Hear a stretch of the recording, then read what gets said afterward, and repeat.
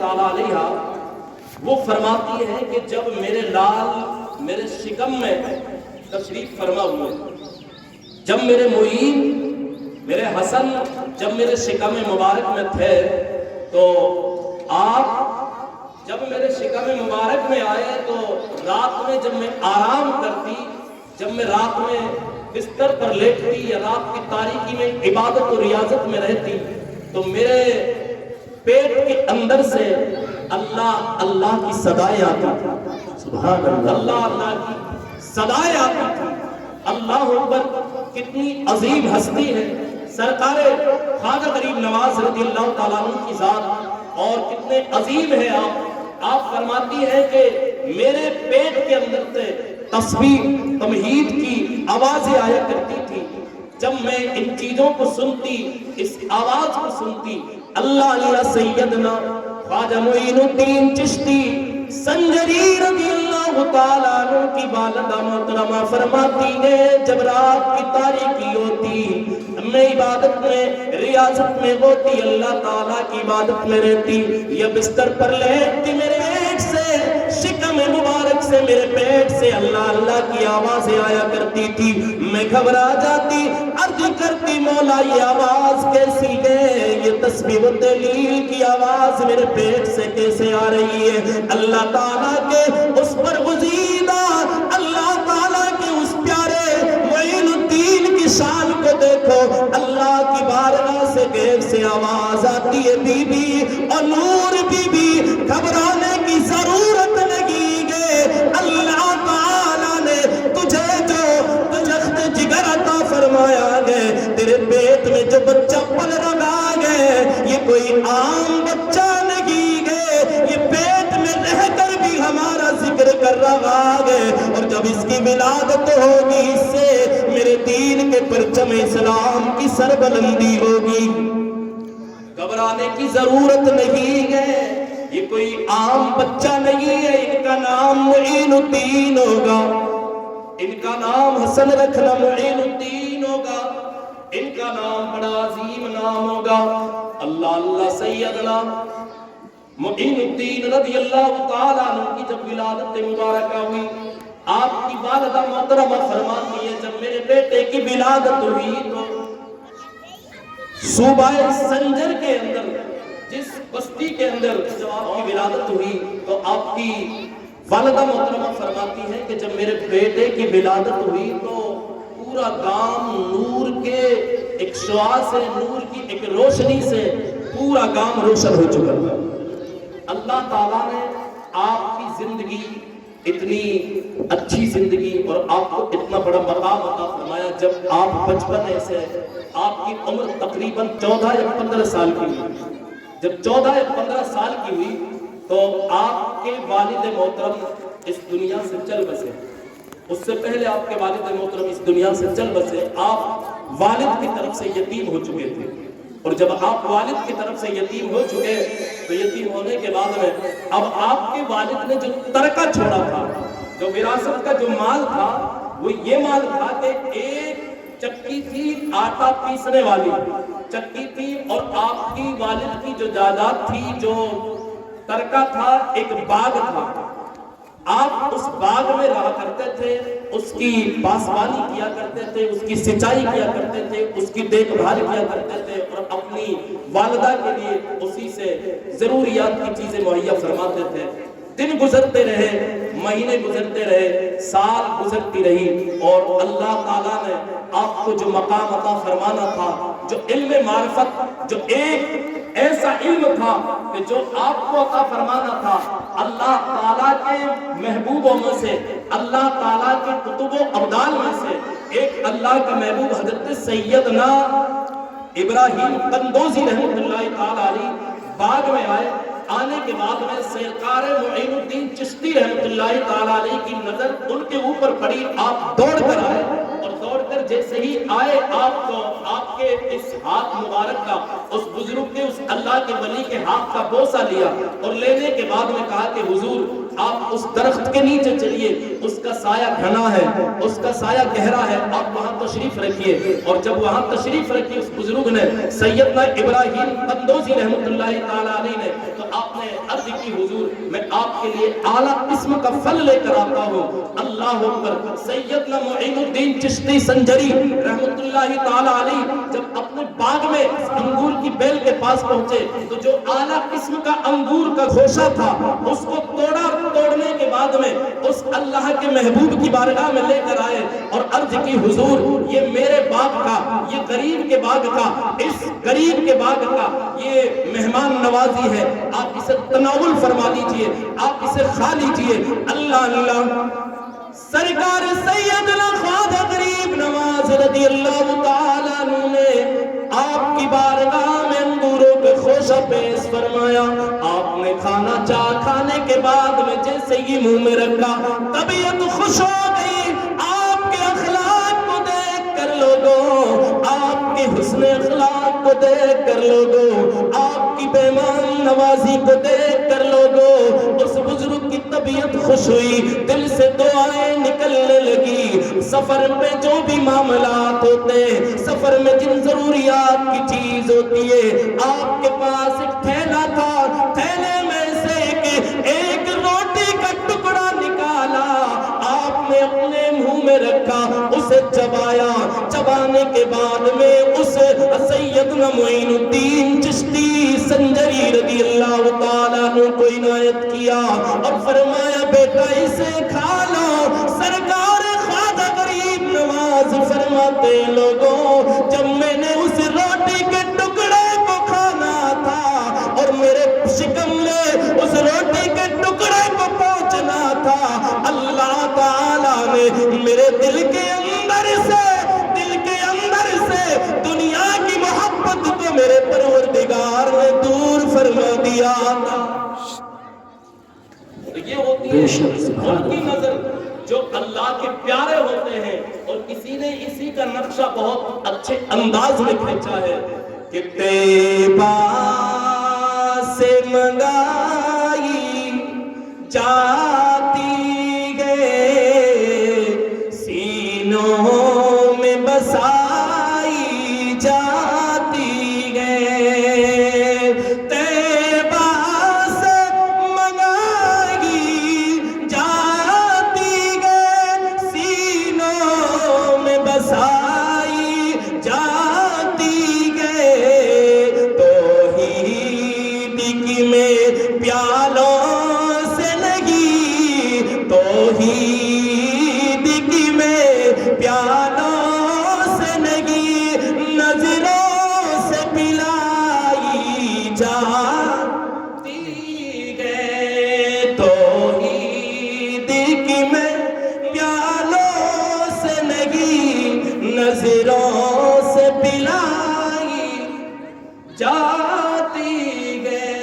یہ اللہ کے محبوب سیدنا ابراہیم قندوزی رحمۃ اللہ تعالی علیہ نے جب میرے غریب نواز کے حسن اخلاق کو دیکھا لوگوں، جب آپ کے اخلاق کو دیکھا، آپ کے ادب و احترام کو دیکھا، آپ کی ہر چیز سے خوش ہوا۔ خوش ہونے کے بعد میں وہ جو روٹی کا ٹکڑا تھا فرمایا، دل کے اندر سے دنیا کی محبت کو نکلنا تھا۔ اللہ اللہ، پھر کیا مقام ہے میرے غریب نواز کا لوگوں، جب اللہ تعالیٰ نے دل کے اندر آخرت کی طرف عطا فرما دی، علم کی طرف عطا فرما دی۔ وہ باغ جو باپ سے ترکے میں ملا تھا لوگوں، وہ چکی جو باپ سے ترکے میں ملی تھی، اسے بیچ دیا اور باغ کو بھی بیچ دیا، باغ کو بھی لوگوں نے فروخت کر دیا۔ اب جو اس سے دولت حاصل کیے لوگوں، اب جو اس سے پیسے حاصل کیے گئے، اس سے درہم و دینار جو حاصل کیے گئے، اللہ اللہ اپنے گھر میں جمع کے نہیں رکھا ہے، اپنے گھر میں تجوریوں میں سجا کے نہیں رکھا ہے میرے غریب نواز نے، میرے معین الدین نے اپنے کمرے میں سجا کے نہیں رکھا ہے، اپنی جھوپڑی میں سجا کے نہیں رکھا ہے، ماں کو نہیں دیا گئے، اللہ کی رضا کے لیے اعلان کر دیا غریبوں مسکینوں میں۔ اور جب مسکینوں کی غریبوں کی بھیڑ لگی، اللہ اللہ کے لیے ساری دولت کو ان لوگوں کے اوپر صدقہ فرما دیا۔ اللہ تعالیٰ کا قرب ایسے ہی نہیں ملتا مسلمانوں، اللہ کا قرب پانے کے لیے بہت کچھ کھونا پڑتا ہے، بہت کچھ کھونا پڑتا ہے۔ جب آپ نے ساری چیز کو بیچ دیا، فروخت کر دیا، اور پھر اس کو بیچنے کے بعد ساری دولت کو پھر صدقہ کر دیا، غریب و مسکینوں کو دے دیا، دینے کے بعد میں آپ نے اپنے علاقے سے سنجر سے شہر بخارا کی طرف رخ کیا، اور 15 سال کی عمر میں شیخ شرف الدین رحمت اللہ تعالیٰ علیہ کی بارگاہ میں جب آپ 15 سال کی عمر میں بخارا کی سرزمین پر جب تشریف لے گئے، تو وہاں جانے کے بعد میں 15 سال کی عمر میں آپ نے باقاعدہ تعلیم حاصل کی، اور تعلیم حاصل کرنے کے بعد میں سب سے پہلے آپ نے حفظ قرآن کیا۔ اس کے بعد میں شیخ شرف الدین رحمت اللہ تعالیٰ علیہ سے علوم فقہ، علوم قرآن، علوم تفسیر، علوم حدیث اور سارے علوموں کو جب انہوں نے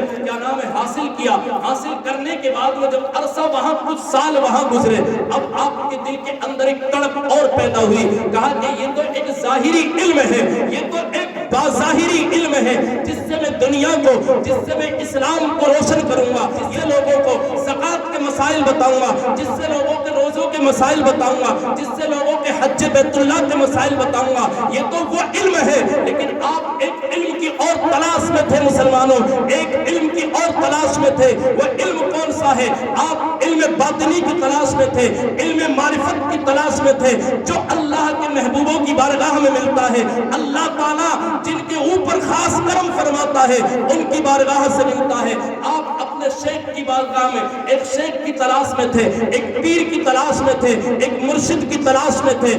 جب آپ بخارا سے چل کر آپ کو پتا چلا کہ ہارون ایک بستی ہے، وہاں ایک اللہ کا محبوب رہتا ہے جن کا نام حضرت سیدنا عثمان ہارونی رحمت اللہ تعالیٰ علیہ، آپ نے ان کے علم کے معرفت کے، علم باطنی کے بڑے تذکرے آپ کے اس دور کے زمانے میں بڑے روشن تھے، بڑے ایک چاند کی طرح عالم اسلام کے اوپر چمکے ہوئے تھے۔ آپ ان کی بارگاہ میں پہنچے، اور جب بارگاہ میں پہنچنے کے بعد میں، اور آپ اس وقت جامع مسجد میں سیدنا جنید بغدادی رضی اللہ تعالیٰ عنہ کی جامع مسجد میں آپ تشریف فرما تھے، بہت سارے درویش مشائخ اعظام وہاں تشریف فرما تھے۔ جیسے ہی معین الدین حسن زنجری رحمت اللہ تعالیٰ علیہ اس جامع مسجد کی چوکھٹ پر چڑھے اور داخل ہوئے، سلام کیا، کہا کہ حضور آپ نے پہچان لیا، کہا کہ یہی وہ ذات ہے جن کے علم و معرفت کی شہرت اس علاقے کے اندر ہے، پورے حران کے اندر ہے،